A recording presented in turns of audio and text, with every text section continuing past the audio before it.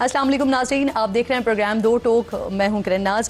Field marshal general Syed Asim Munir ने यौम आज़ादी के मौके पर साबिक फ़ौजियों के एजाज़ में दिए गए इस्तक़बालिये में मुल्क के दिफा किए, उनकी खिदमात और क़ुरबानियों को खराज तहसीन पेश किया है। फील्ड मार्शल ने कहा कि साबिक फ़ौजियों का तजर्बा, रहनुमाई और मुसलसल वाबस्तगी इदारे का कीमती असासा है। इस्तक़बालिया में साबिक आर्मी चीफ राहील शरीफ, अशफाक परवेज़ कयानी, साबिक joint chiefs of staff committee Sahir Shamshad समेत साबिक़ अफसरान और जवानों की बड़ी तादाद शरीक हुई। दूसरी तरफ जो मुल्की सियासी मामलात हैं उसकी भी बात कर लेते हैं।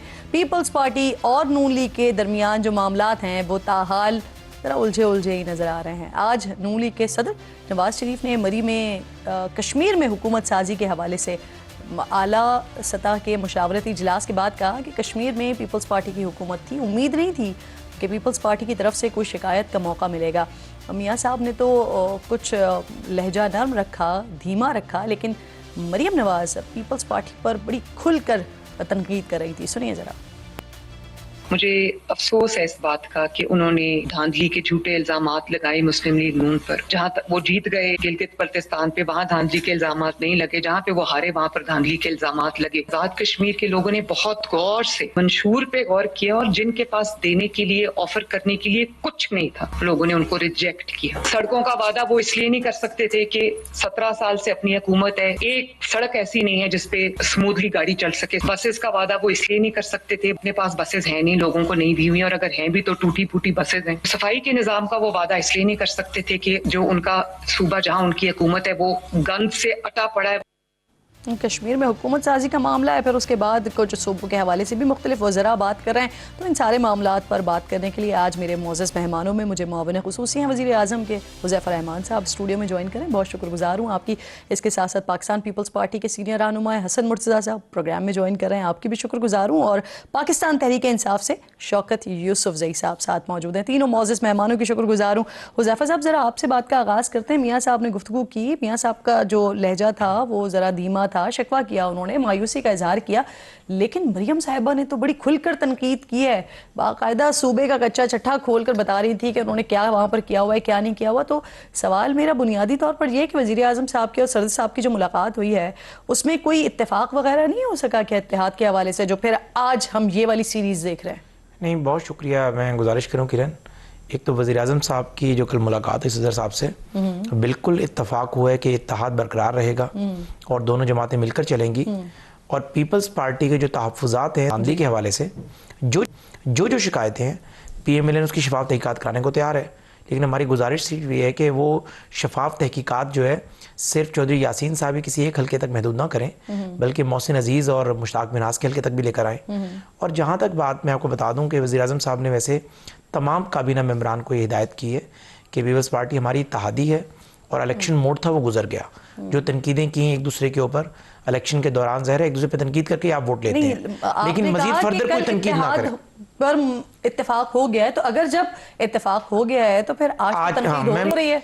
मैं आपसे ये एक्सपेक्ट कर रहा था। पहली गुजारिश तो ये कि मरियम नवाज साहिबा की आज की गुफ्तगू में कोई ऐसी चीज़ नहीं है कि उन्होंने कोई फैक्ट निगेट किए हों, लेकिन जाहिर है उनके सामने वो लोग बैठे हुए थे जिनमें से बहुत सारे लोग जीते हैं, मोहसिन अजीज समेत कुछ लोग हारे हैं, जो ये शिकायत और शिकवा लेकर आए कि हमारे साथ धांधली हुई है। तो उनसे ज़ाहिर आपने मुखातिब होते हुए अपने लोगों को मोबिलाइज रखना होता है, चार्ज करना होता है। गिलगित में जीती है पीपल्स पार्टी या नहीं? देखिए, बात यह है कि पीपल्स पार्टी बहुत सारे हलकों में हम समझते हैं कि हमारे साथ ज्यादती हुई है, लेकिन वज़ीर आज़म साहब ने इत्तेहाद को देखते हुए और पीपल्स पार्टी के साथ ज़ाहिर हमारा एक जो वर्किंग रिलेशनशिप है, उन्होंने मुबारकबाद दे दी और चीज़ को नजरअंदाज कर दिया। लेकिन हमारे बहुत सारे लोग हैं, तो मैंने पता आपसे ये सवाल क्यों किया हुज़ैफ़ा साहब, मैंने आपसे इसलिए ये सवाल किया क्योंकि अगर गिलगित में जीती है पाकिस्तान पीपल्स पार्टी तो वहां पर आप तस्लीम करते हैं उनकी जीत को, लेकिन कश्मीर में अगर पीपल्स पार्टी हारती है तो आप कहते हैं कि क्योंकि उनकी परफॉर्मेंस ही नहीं है इसलिए उनको इसी तरह का रिजल्ट का सामना करना था, तो फिर गिलगित में क्यों नहीं किया? नहीं, ऐसा हरगिज नहीं। पहली बात तो यह है कि मैंने आपको वाज़ेह कैटेगोरिकली कहा कि जीबी में हमें उनसे कई शिकवे शिकायतें थे पड़े, जहां पर धांधली हुई, कुछ हमारे लोग हाराए, कुछ हारे गए, किसी को हरा दिया, कुछ को बाकायदा तौर पर जो है मोनोपली कर उनको पार्लियामेंट के अंदर नहीं आने दिया गया।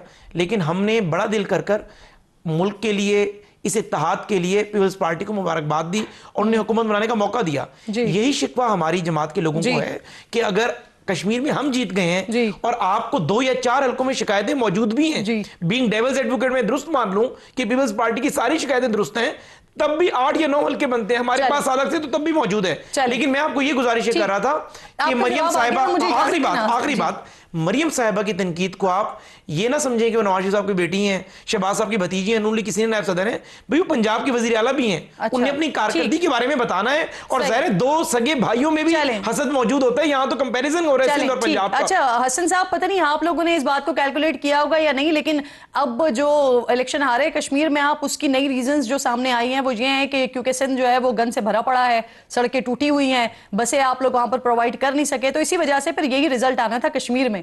और ये मरियम साहिबा ने बताया है और वो कह रही हैं कि क्योंकि सुथरा पंजाब है, उसकी तारीफें हो रही हैं, तो यही रिजल्ट आना था। बहुत शुक्रिया किरण, आपने मुझे मौका दिया। और मैं और हुज़ैफा अक्सर प्रोग्रामों में इकट्ठे होते हैं और काफी दिनों से ये बात चल रही है।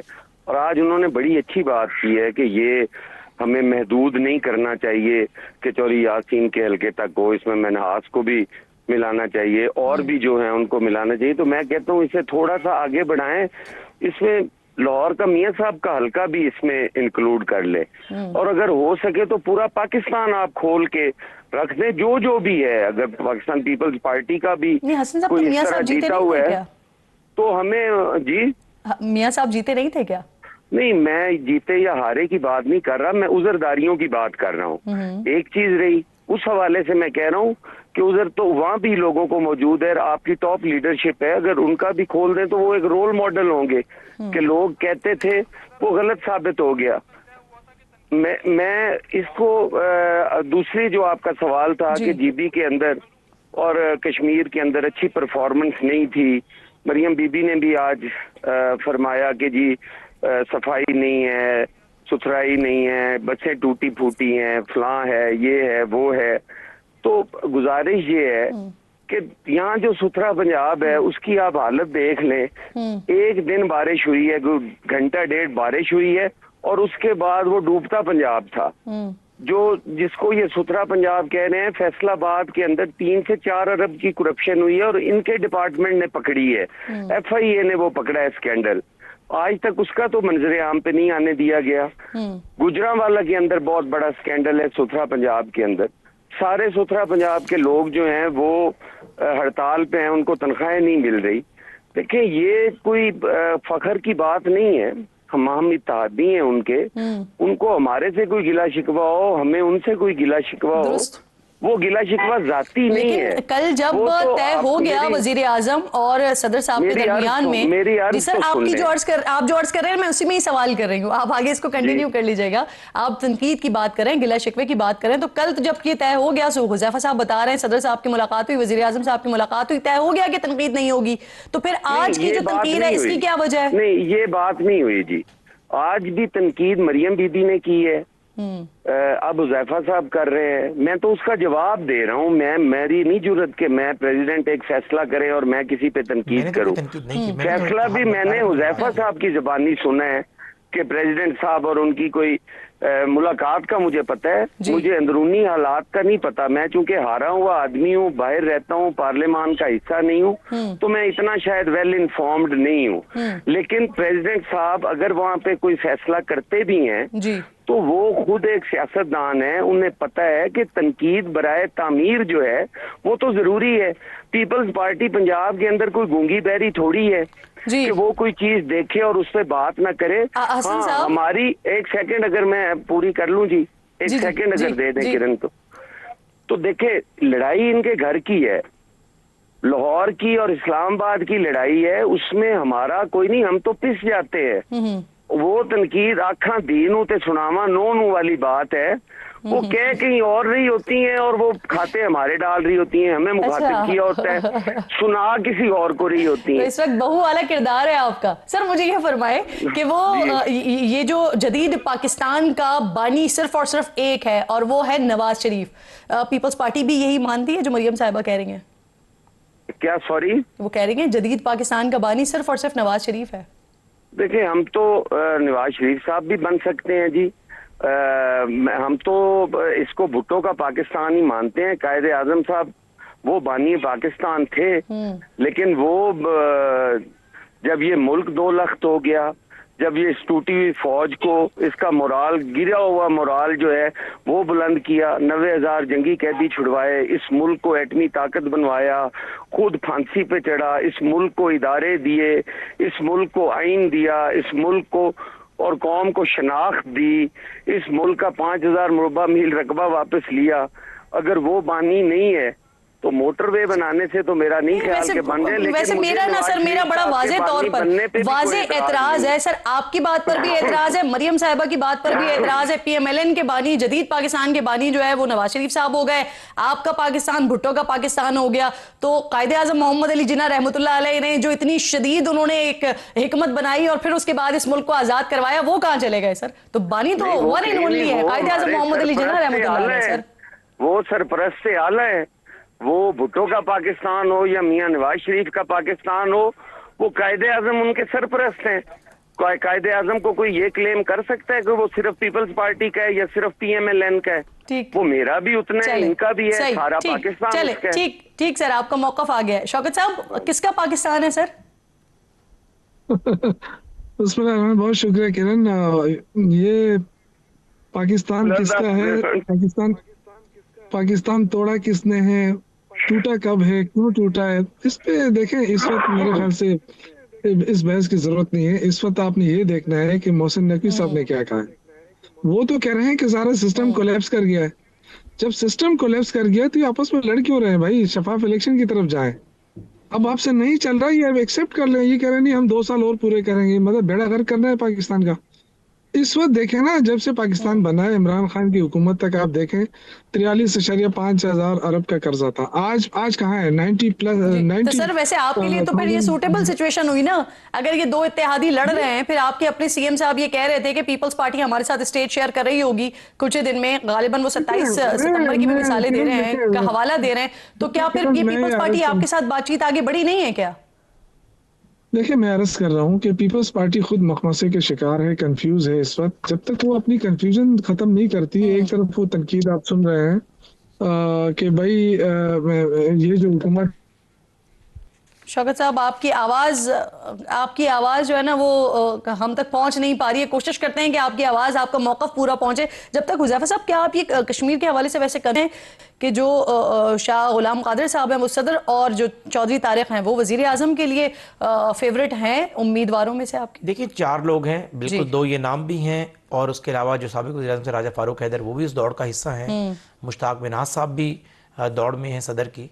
तो ये 4-5 नाम हैं, लेकिन मोस्ट फेवरेट कौन है इनमें? देखिए, मैं फेवरेट इसलिए नहीं बता सकता कि मियां है। साहब ने अगले 24 घंटे में इसका ऐलान करना है या 48 घंटे में।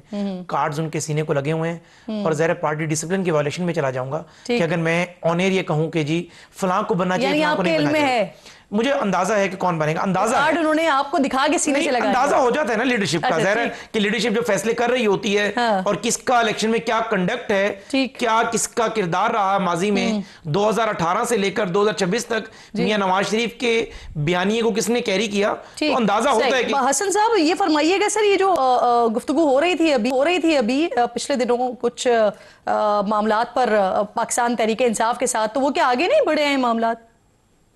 देखिए, ऐसी कोई बात नहीं है, कोई ऑफिशियल बाज़ाब्ता कोई मुज़ाकरात नहीं हो रहे हैं उनके साथ। ये बस इसी तरह ही है, कोई कहीं गैदरिंग हुई, कहीं पे किसी इवेंट पे इकट्ठे हो गए, कोई सियासतदानों की आपस में गपशप हो गई। ना तहरीक इंसाफ ने कोई इस तरह राब्ता किया है, ना पाकिस्तान पीपल्स पार्टी ने किया है। वो चूंकि चेयरमैन बिलावल भुट्टो जरदारी साहब ने कश्मीर के अंदर जो है वो एक जलसे के अंदर ये बात जरूर कही, और उन्होंने भी इस सेंस में कही कि बायकॉट पे जाना कोई हल नहीं है। आप इस सिस्टम का हिस्सा बनो, इसमें बैठो और इसकी रिफॉर्म्स के लिए कोशिश करें। ठीक। तो वो उसको ये बना दिया गया कि शायद पीपल्स पार्टी ने कोई उनसे बिल्कुल ठीक। अब हालांकि पाकिस्तान तहरीक इंसाफ कह रही है कि एक सीनियर रहनुमा ने राब्ता किया है हमारी लीडरशिप से, बिल्कुल ठीक है। अच्छा, वो मुझे फरमाइएगा शौकत साहब, वो ग्रांट वाले मामले के हवाले से मैं आपसे पूछ रही थी, 6.4 अरब क्या काट लिए गए बराह रास्त? कौन से 46.4 अरब? कौन से? आप नहीं, आपको उसकी बात करें जो कर्जा दिया 6.4 अरब जो नहीं सर, कर्जे की बात नहीं कर रही हूँ, वो जो यहाँ पर सूबों ने अपने अपने शेयर्स देने थे विफाक को, उसकी बात कर रही हूँ। देखिए वो तो अब ये यहाँ तक तो हालात पहुंच गए हैं ना कि पहले जो है वफाक वो सूबों को सपोर्ट करता था। अब ये जो इन्होंने दोनों मिलकर जो तजुर्बाकार पार्टियां मिली है ना, तो अब ये सूरत हाल बन गई है कि अब वो सूबों से कह रहे हैं कि हमें दें, और अभी छोड़े सूबों को भी छोड़े, अब अमेरिका से भी कह रहे हैं कि 10 अरब डॉलर हमें 10 अरब हमें दें, डॉलर दें हमें। ये पता नहीं हुकूमत झूठ बोल रही है या समझ नहीं रही है या लोगों को बेवकूफ समझ रही है। इस वक्त कर्जे बढ़ते सर जा रहे हैं। आपकी ग्रांट में से मुल्क के काटे ऊपर। हैं 6.4 अरब। मुझे पूरी तरह इल्म नहीं है इसका कि पूरे काटे हैं नहीं काटे हैं, क्योंकि जाहिर है इन पैसे तो इनके पास हमारे पड़े हैं ना, हमने तो कोई देने तो नहीं है ना, इनके पास हमारे पैसे पड़े हुए हैं कोई 1400 अरब से ज्यादा। अब उसमें से ये काटते हैं तो इनकी अपनी मर्जी, लेकिन हम ये कहते हैं कि हमारा हक तो दे देना सूबे का। सूबा इस वक्त शदीद मुश्किलात में है, दहशतगर्दी हो रही है, उसमें आप कोई दिलचस्पी नहीं ले रहे हैं। वफाकी हुकूमत की तरफ से कोई इंटरेस्ट आप नहीं देख रहे हैं। बहुत बहुत शुक्रिया आपका, बहुत शुक्रिया आपका। तीनों मौजूद मेहमान प्रोग्राम में मौजूद थे। एक और भी अहम मामला है नाजरीन, नए सूबों के हवाले से मुख्तलिफ वज़रा इस पर बात कर रहे हैं, लेकिन वो जमातें जिनके सियासी मंशूर का हिस्सा रही हैं वो इस वक्त तनकीद कर रहे हैं। जरा पहले याद कीजिए माजी में क्या कहते रहे, फिर इसकी तफसील बताती हूँ आपको। उनसे वादा किया है कि हम भावलपुर सूबे को रिस्टोर करवाएंगे। हम इंशाल्लाह ये जो जनूबी पंजाब का जो सूबा उसको भी हम बनवाएंगे। ये करारदाद का हिस्सा है, पंजाब की मुतफक्का करारदाद। जनूबी पंजाब का अलहदा सूबा वक्त की अहम जरूरत है। हम इक्तदार में आकर जनूबी पंजाब सूबे के ख्वाब को पूरा करेंगे। नए सूबों के क्याम के लिए आला इख्तियाराती कमीशन कायम किया जाएगा। मुस्लिम लीग नून हजारा, बहावलपुर और जनूबी पंजाब के नाम से 3 सूबे बनाने की हामी है। नाज़रीन, पाकिस्तान में नए सूबों का क़याम वक्त की ज़रूरत है। पिछले 15 सालों से मुस्लिम लीग नून, पाकिस्तान पीपल्स पार्टी और तहरीक इंसाफ बता तो हमें यही रही है। यहाँ तक कि इन तमाम जमातों ने अपने अपने मंशूर में भी नए सूबों के क़याम के वादे किए हैं, लेकिन आज जब आवाज़ें उठ रही हैं इस पर, तो यही जमातें मुखालिफत करती हुई दिखाई दे रही हैं। मैं जाती तौर पे छोटे सूबों का, छोटे एडमिनिस्ट्रेटिव यूनिट्स का हामी हूँ, लेकिन मैं बबांगे दौल ये कहना चाहता हूँ कि सिर्फ पंजाब को तकसीम करने की बात हमें कबूल नहीं। सिंध की अवाम, सिंध के मुंतखब नुमाइंदे, सिंध की असम्बली ये कहती है कि सिंध में किसी नए सूबे की ज़रूरत नहीं, तो पंजाब में बैठे हुए किसी शख्स को यह हक नहीं पहुँचता कि वो ये कहे कि सिंध के अंदर नया सूबा बनना चाहिए कि नहीं बनना चाहिए। हज़रत अल्लामा इकबाल रहमतुल्लाह अलैह फरमाते हैं कि नादा गिर गए सजदों में जब वक्त क़याम आया। आज नून लीग का मौक़िफ़ है कि पहले पंजाब में तकसीम नहीं होगी, लेकिन जिस वक्त किसी सूबे ने नए सूबों के क़याम के लिए करारदाद मंजूर नहीं की थी, तो 2012 में शहबाज शरीफ साहब की वज़ारत आला में पंजाब से जनूबी पंजाब और भावलपुर सूबे की करारदाद मुत्तफ़िक़ा तौर पर मंजूर की गई थी। क्या वो सिर्फ 2013 के इलेक्शन में कामयाबी के लिए था? कमाल जो है ना वो यहाँ पर यह है कि वो करारदाद राना सनाउल्लाह साहब ने असेंबली में बतौर लॉ मिनिस्टर पेश की थी, और आज राना साहब भी ताने दे रहे हैं कि सूबा बनाना कोई आसान काम थोड़ी है, इसके लिए तो बड़ी तैयारी की ज़रूरत होती है। सीट से लेकर वसाइल की तकसीम तक सारी तैयारियाँ करनी होती हैं। लेकिन 2019 में जब मुस्लिम लीग नून एक बार फिर अपोजिशन में आ गई, तो उन्होंने कौमी असम्बली में आईनी तरमीमी बिल जमा करवाया, जिसमें पंजाब को तकसीम करके 2 नए सूबे यानी भावलपुर और जनूबी पंजाब कायम करने की तजवीज़ दी गई। तो उस बिल के मुताबिक भावलपुर सूबा जो बर-ए-सग़ीर में एक खुद मुख्तार रियासत था और पाकिस्तान के क़याम के बाद भी एक अलहदा रियासत की हैसियत रखता था, मौजूदा भावलपुर डिवीज़न पर मुश्तमिल होगा, जबकि मुजव्वज़ा जनूबी पंजाब सूबा इसमें डेरा गाजी खान और मुल्तान डिवीज़न शामिल होंगे। इस बिल पर भी एहसन इकबाल साहब के साथ साहब के दस्तखत मौजूद थे। जो सवाल आज राना साहब उठा रहे हैं, उस वक्त उन्होंने खुद इन सब के जवाब जमा करवाए थे। उस बिल के मुताबिक भावलपुर सूबे को कौमी असम्बली में 18 नशिस्तें और जनूबी पंजाब को 38 नशिस्तें मिलेंगी। भावलपुर सूबाई असम्बली की कुल नशिस्तें 39 होंगी, जनूबी पंजाब असम्बली की 80 नशिस्तें होंगी। बिल में मजीद ये तक कहा गया कि अगर ये तरमीम मंजूर हो जाती है तो आर्टिकल 154 में तरमीम करके एक कौमी कमीशन कायम किया जाएगा जो नए सूबों के हुदूद और दीगर इंतजामी मामलात का तयन करेगा। इसी तरह आर्टिकल 175A में भी तरमीम की जाए ताकि नए सूबों में सुप्रीम कोर्ट की प्रिंसिपल नशस्त और हाई कोर्ट्स के क़याम की आइनी बुनियाद फराहम की जा सके। पीपल्स पार्टी भी जनूबी पंजाब के हक़ में है। अब सवाल ये है कि जो आपकी तजावीज़ कल थी उन पर आज आपको अमल करने से रोक कौन रहा है?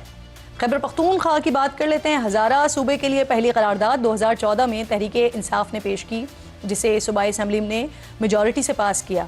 इसी तरह 2022 में मौजूदा वफाकी वजीर सरदार यूसुफ ने KP असम्बली में दोबारा करारदाद पेश की, जिसे PTI की सपोर्ट से पास किया गया। 2025 में दोबारा तहरीक इंसाफ ने करारदाद पेश की और सूबा हज़ारा के लिए पास की गई। पिछली करारदादों पर विफाक से अमल करने का मुतालबा किया गया, लेकिन रिजल्ट वहाँ भी सिफर ही रहा।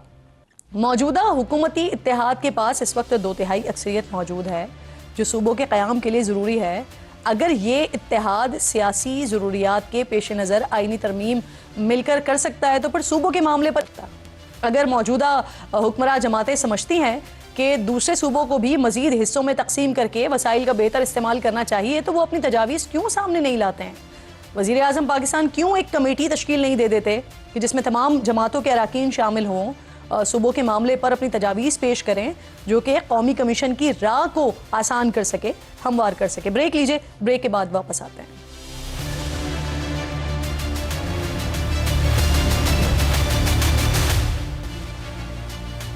प्रोग्राम में एक बार फिर आपको खुशामदीद कहती हूँ। मेरे मौजूद मेहमान हैं सरदार यूसुफ साहब, वफाकी वजीर भी हैं और इसके साथ साथ हज़ारा सूबे के हवाले से जो एक तहरीक चल रही है उसके चेयरमैन भी हैं। बहुत शुक्रगुजार हूँ सरदार साहब आपके वक्त की। सबसे पहले तो आज आपने एक प्रेस कॉन्फ्रेंस की और देखकर अच्छा लगा कि वहाँ पर पाकिस्तान तहरीक इंसाफ के दोस्त भी आपके साथ बैठे हुए थे। इस मामले पर आप दोनों में इत्तेफाक भी है, विफाक में हुकूमत में भी हैं आप, तो फिर ये प्रेस कॉन्फ्रेंस की सर ज़रूरत क्यों पेश आ गई? बिस्मिल्लाहिर्रहमानिर्रहीम। जिस तरह के आपको पता ही है कि सूबा हज़ारा की तहरीक जो है 2010 से शुरू है और 12 अप्रैल 2010 को इब्टाबाद में जब सबसे पहला एहतजाज किया गया तो हमारे 7 नौजवान भी शहीद हो गए थे। और उसके बाद हज़ारा बार की जितनी भी सियासी जमातें उन्होंने मिलकर ये जदोजहद जारी रखी और हज़ारा के अवाम ने भरपूर एहतजाज किया, जो मुतालबा भी किया और असम्बली में भी आवाज़ उठाई गई थी ताकि जो इलादा सूबा जिसको हम पहले से महसूस कर रहे थे, बहुत सारी मारूमियाँ थी और पहले से भी कई दफ़ा ये मुतालबे होते रहे, हज़ारा कौमी माज बना, हज़ारा अवामी इत्तेहाद बना, उनकी भी ये जदोजहद थी। लेकिन 2010 के बाद भरपूर तरीके से हज़ारा के अवाम ने मुश्तरका इक़लाम तैयार किया और जिसके नतीजे में आज अल्हम्दुलिल्लाह के जो सूबा हज़ारा की 3 दफा करारदादें खैबर पख्तूनख्वा असेंबली से भी पास हो गई और उसके बाद कौमी असेंबली में और सेनेट में जो बिल पेश हुआ है वो भी हज़ारा के जो नुमाइंदे हैं और इसी तरीके से बाकी हमारी पार्टी के जो नुमाइंदे उनकी तरफ से हुआ। जिस तरह सर मैंने अपना बुनियादी सवाल यही तो किया है। सेनेट में मौजूद है सर बिल, कौमी असेंबली में मौजूद है, सूबों में 2 सूबों में तारीख आई हुई हैं, तो फिर इस प्रेस कॉन्फ्रेंस की जरूरत क्यों पेश आ गई? वफाकी वजीर आप खुद हैं, इनफैक्ट अभी थोड़ी देर पहले राना सनाउल्लाह बात करते हुए कह रहे थे कि अगर वफाकी वज़रा इस पे प्रेस टॉक करने के बजाय, टॉक शो करने के बजाय कोई ड्राफ्ट लेकर आए ताकि असेंबली में इस पर बात हो सके आगे। नहीं, असल बात यह है कि चूंकि हमारी एक मुश्तरका ये एक सुप्रीम काउंसिल बनी हुई है जिसमें तमाम पार्टियों के लोग मौजूद हैं। जिस तरह आपने देखा कि PTI के भी उसमें शामिल थे, JUI के भी हैं और इसके साथ हज़ारा के मुस्लिम लीग नून के भी इलेक्टेड लोग और साबका और मौजूदा MNA MPA उसमें मौजूद थे।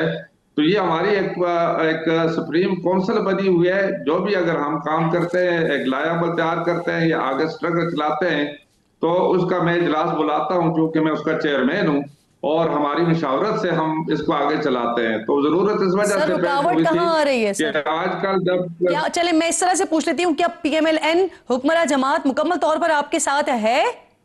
देखिए, चूंकि जो बिल पेश हुआ है वो स्टैंडिंग कमेटी को रेफर हो चुका है और हम यही कहते हैं कि उसके लिए 2/3 मेजॉरिटी की जिस तरह तरमीम की जरूरत है, उसमें जो हुक्मरान जमात है या बाकी जमातें वो उनके जो जितने भी लीडरशिप है हज़ारे में आकर उन्होंने वादा भी किया और जलसों में ऐलान भी किया और उसके साथ जिस तरह उन्होंने अपने मंशूर में भी ये बात रखी है कि मजीद सूबे बनाए जाएंगे।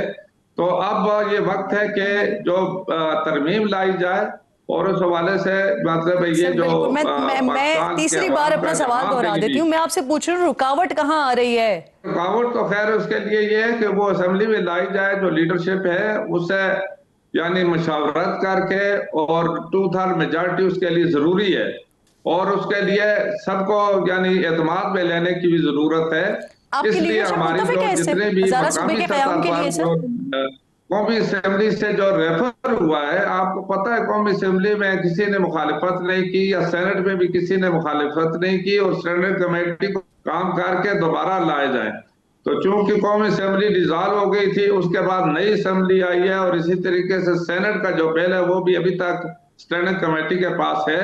तो हमारा तो ये मुतालबा है कि उसको गौर गौज करके वो लाया जाए। और इसमें मेरे ख्याल में रुकावट तो इस तरीके से नहीं आ रही, क्योंकि जितनी भी जमात हैं उनकी लीडरशिप ने ये ऐलान किया हुआ है, और अब वक्त है कि पाकिस्तान में मजीद सूबों की जरूरत भी है। सर, अभी जिस पूरे सिस्टम का आप हिस्सा हैं, जिस हुकूमत का आप हिस्सा हैं, इस हुकूमत में 2 आईनी तरमीम हो चुकी हैं सरदार साहब। अगर आपकी लीडरशिप इस सारे मामले पर मुत्तफिक है, तो उन दोनों आईनी तरमीम में इसको अकोमोडेट क्यों नहीं किया गया? देखिए, वो तो उस वक्त सूबों की तरमीम नहीं आई, अब इस पर बात हो रही है, जिस तरह मुख्तलिफ हलकों से ये आवाज उठ रही है, और इसके लिए हम अपनी लीडरशिप से भी इंशाल्लाह यही दरख्वास्त करते हैं, और बाकी बड़ी जमातों की लीडरशिप, मुस्लिम लीग और इस तरह पार्टी है, जो उन्हीं के मशावरत से जो बिल असेंबली में जमा हुआ था, तो अब इस तरह की इसकी हमारे तमाम जमातों की लीडरशिप ने की है। अब ये हम उनसे यही मतलब एक उम्मीद रखते हैं कि वो इस पर कंसेंसस ऐसा बनाएंगे कि 2/3 मेजॉरिटी के साथ जो सूबा हजारा के जो बिल है उसको कामयाब किया जाए, और उसमें सूबे के लिए अपनी जो वादा है उस पर अमल दरामद भी किया जाए। तो इसमें बहुत सारी जो सर, मैं आखिरी सवाल सरदार साहब आपसे पूछ रही हूँ, और बहैसियत वफाकी वजीर नहीं पूछ रही सर, बहैसियत चेयरमैन पूछ रही हूँ हजारा सूबे की तहरीक के। सर, मुझे ये फरमा दें कि अगर आपकी लीडरशिप आपके इस मुतालबे को तस्लीम नहीं करती, तो फिर आपका लाए अमल क्या होगा? देखो, हमारी लीडरशिप, हमें तो उम्मीद है कि वो इसका तस्लीम करेगी, इसलिए कि उन्हीं की मशावरत से बिल जमा किया गया था। और अगर खुदा न खास्ता इस तरह की कोई बात है तो वो हमें बताएंगे, हमें एतमाद में लेंगे, हम अपनी सुप्रीम काउंसिल का में ये सारी डिस्कस करके लाया अमल तैयार करेंगे। अभी हमारा लाया अमल तो यही बना है कि हम मुख्तलिफ जो जमात है पार्लियामान में उनकी लीडरशिप से हम मुलाकातें करेंगे, और उनको ये बावर भी कराएंगे, याद भी दिलाएंगे कि अब ये वक्त है, क्योंकि हजारे के लोगों ने बड़ी कुर्बानियां दी हैं, और इस पर सारे लोग मुतफिक हैं, और उन्होंने जो अपने अपने मंशूर में ये जो सूबा हजारा की बात रखी थी, अभी आपके लाए अमल में सड़कों पर आने का ऑप्शन या हुकूमत से अलग होने का ऑप्शन ये मौजूद है? बहुत सारे दूसरी जमातों ने भी हिमायत का ऐलान किया है। सरदार साहब, अगर आपका मुतालबा तस्लीम नहीं होता सर, फिर क्या आपके पास ये ऑप्शन है कि आप हुकूमत से अलग हो जाएं या सड़कों पर आ जाएं? ये ऑप्शन भी है आपके पास? देखिए, ये तो ऑप्शन चूंकि सड़कों पर आकर हमने ये मतलब साबित भी किया है अल्लाह के फजल करम से, और जान की कुर्बानी देकर भी साबित किया है। हम उम्मीद से इंशाल्लाह हमारी जब बात होगी, और आइंदा के लिए लाया अमल उसके बाद होगा। आज चूंकि हमारी जो प्रेस कॉन्फ्रेंस हुई, उसके बाद बहुत सारी जमातों ने हमारी हिमायत का ऐलान भी किया है। पाकिस्तान इस्तेहकाम पार्टी ने, उनकी लीडरशिप अलीम खान साहब ने भी उसके बाद चूंकि उसकी हिमायत की है। इसी तरीके से मुख्तलिफ छोटी और बड़ी जो जमात हैं वो अपने जो एक बिल्कुल जो हिमायत की एक इशारा दे चुकी हैं।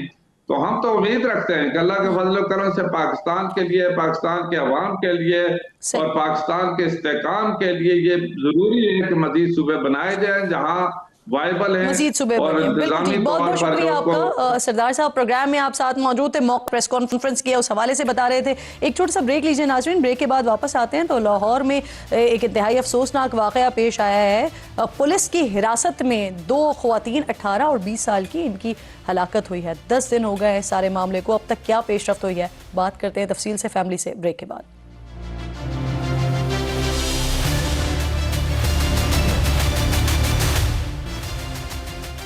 प्रोग्राम में एक बार फिर आपको खुशामदीद कहती हूँ। अफसोसनाक वाक़या लाहौर का टाउनशिप पुलिस की तहवील में ये सारा वाक़या हुआ है कि जहाँ पर 2 ख़वातीन इनकी हलाकत हुई है। जुडिशल इंक्वायरी और इब्तदाई पोस्टमार्टम रिपोर्ट जो सामने आई है उसमें तशद्दुद का कोई निशान नहीं मिला, लेकिन एक खातून के हाथ पर इंजेक्शन लगाने के निशानात मौजूद हैं, लेकिन मौत की वजह जो है वो ताहाल अब तक मालूम नहीं हो सकी है। फिर बड़े सवालात यहाँ पर उठ रहे हैं कि थाने में जब जो CCTV फुटेज सामने आई है ख़वातीन से जो तफ्तीश की जा रही थी उसमें कोई खातून पुलिस एहलकार क्यों मौजूद नहीं थी। 4 घंटे तक ख़वातीन के साथ बातचीत होती रही है लेकिन उसका कोई सबूत और जवाब क्यों नहीं दिया जा रहा है। इस पर बात करने के लिए डेफिनेटली जो मुतासरा फैमिली है जो बहुत वक्त तकलीफ में है, अजियत में है, मुझे ज्वाइन कर चुके हैं जो ख़वातीन हैं, उनके वालिद हैं और मामू हैं। मैं आप दोनों की बहुत शुक्रगुजार हूँ। सबसे पहले तज़ियत इस तरह का वाक़या और आज तक आप सवालों के जवाब ढूंढ रहे हैं कि आपकी बच्चियों के साथ बेसिकली हुआ क्या है।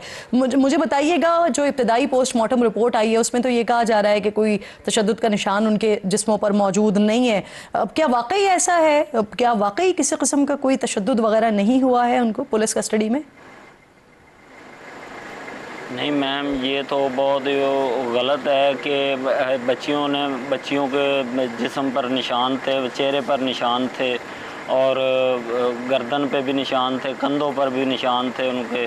और एक लड़की अनमोल जो है भांजी मेरी, उनके भी कपड़े फटे हुए थे, आँख के थोड़ा सा नीचे उसके भी निशान था। ये जो पुलिस वाले कह रहे हैं ये सब झूठ बोल रहे हैं।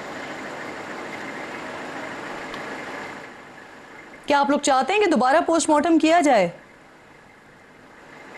जी, हमें मरियम नवाज से अपील है हमारी कि दोबारा कब्र कुशाई की जाए और दोबारा हमारी कस्टडी में, पहले तो पुलिस की कस्टडी में अपना हुआ था ये पोस्टमार्टम, तो अब हम चाहते हैं कि हमारी निगरानी में पोस्टमार्टम हुआ जाए।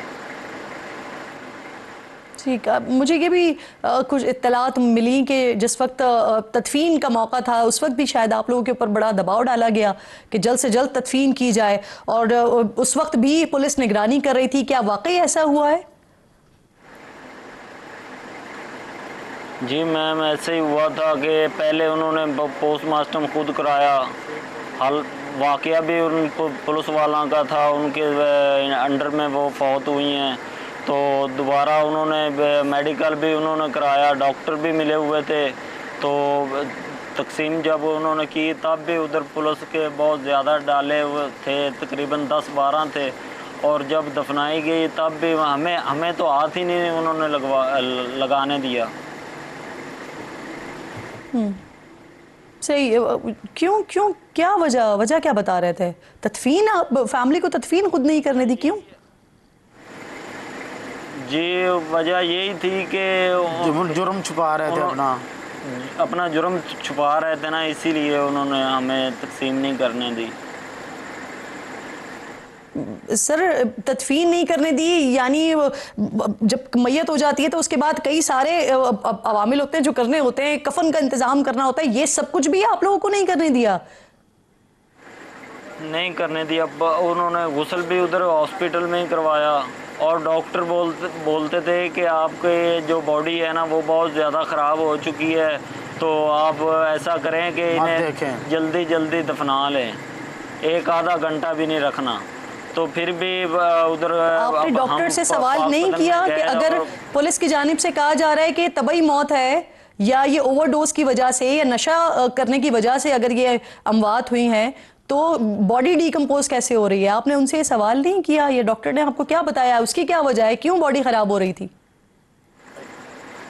जी मैम, वो अपना जुर्म छुपा रहे थे ना, इसीलिए वो जल्दी करना चाहते थे। हमने जब वो गुस्ल दे रहे थे हमने कहा कि हमारी लड़कियों को जाने दो, देखने दो कि उसके जिस्म पर क्या हुआ है, क्यों मरी हैं। फिर उन्होंने देखने नहीं दिया, हमें खुद ही किया आपने, उन्होंने सारा कुछ किया, हमें देखने नहीं दिया। सर, मुझे फरमाइएगा कि वज़ीर आला साहिबा के लिए तो ख़वातीन वो कहती है रेड लाइन है। अब ये जो 2 ख़वातीन के साथ सारा वाक़या पेश आया है, क्या उसके बाद मरियम नवाज साहिबा की टीम की जानिब से किसी भी तरह का आप लोगों से अभी तक कोई राब्ता वगैरह नहीं किया गया है, कोई बात नहीं हुई है? जी मरियम की अगर रेड लाइन है तो फिर वो क्रॉस हो चुकी है, फिर वो क्यों नहीं इंसाफ दे रही हमें? एक्शन ही नहीं ले रही, ना हमारे पास कोई उनका मुइंदा है और ना कोई सरकारी मुलाजिम हमसे कोई किसी ने बात ही नहीं की। क्या दोनों ख़वातीन के ऊपर कोई FIRs वगैरह हैं? 2024 में इनका कोई क्रिमिनल रिकॉर्ड भी था, अरेस्ट वगैरह भी हो चुकी है पहले? जी अगर उनके खिलाफ था कुछ तो उन्हें कानून की सजा दी जाती ना, कत्ल तो ना किया जाता मैम। ये कौन सी सजा है? नहीं, मरियम आप नवाज ने बताइए, नई ऐसा सजा था? निकाल दी क्रिमिनल है कि रिकॉर्ड जिस तरह- है? आपकी बात बिल्कुल दुरुस्त है, आपकी बात बिल्कुल दुरुस्त है, लेकिन क्या रिकॉर्ड था? जी हमें नहीं पता, हमें नहीं तो पता नहीं मैम, पता नहीं, कब कोई उन्होंने रिकॉर्ड नहीं था। ये तो हमारे हैं जो हमारी बिरादरी में लड़ाई झगड़े होते हैं ना, तो वो अगर पकड़ाएं तो वो कोई ऐसे FIR करा देते हैं ना। कोई क्रिमिनल रिकॉर्ड उनका नहीं था। वो तो पैल्स ने बेचती थी, छल्ले वगैरह बेचती थी, तस्बीह वगैरह थी, तो वो कैसे क्रिमिनल हो सकती हैं? अगर ठीक है क्रिमिनल हैं तो हमें उनको सजा दी जाए ना, उन्हें कत्ल तो ना किया जाए। अफसोसनाक वाक़या है, और न सिर्फ अफसोसनाक बल्कि फैमिली के लिए इसलिए अजियतनाक है कि आज तक उनको सवालों के जवाबात नहीं मिल रहे हैं कि बच्चियों की अगर हलाकत हुई है उनकी अमवात हुई कैसे हैं, और इस सवाल का जवाब इनको ज़रूर मिलना चाहिए। बहुत बहुत शुक्रिया, आप दोनों मेहमान पर मौजूद थे। वक्त ख़त्म हो गया है, इंशाअल्लाह कल नाज़रीन से मुलाकात होगी। अपना और अपने मुल्क का ख़ास ख्याल रखिए। फ़लस्तीन को, मकबूजा कश्मीर को अपनी दुआओं में याद रखिए। अल्लाह ने के बाद।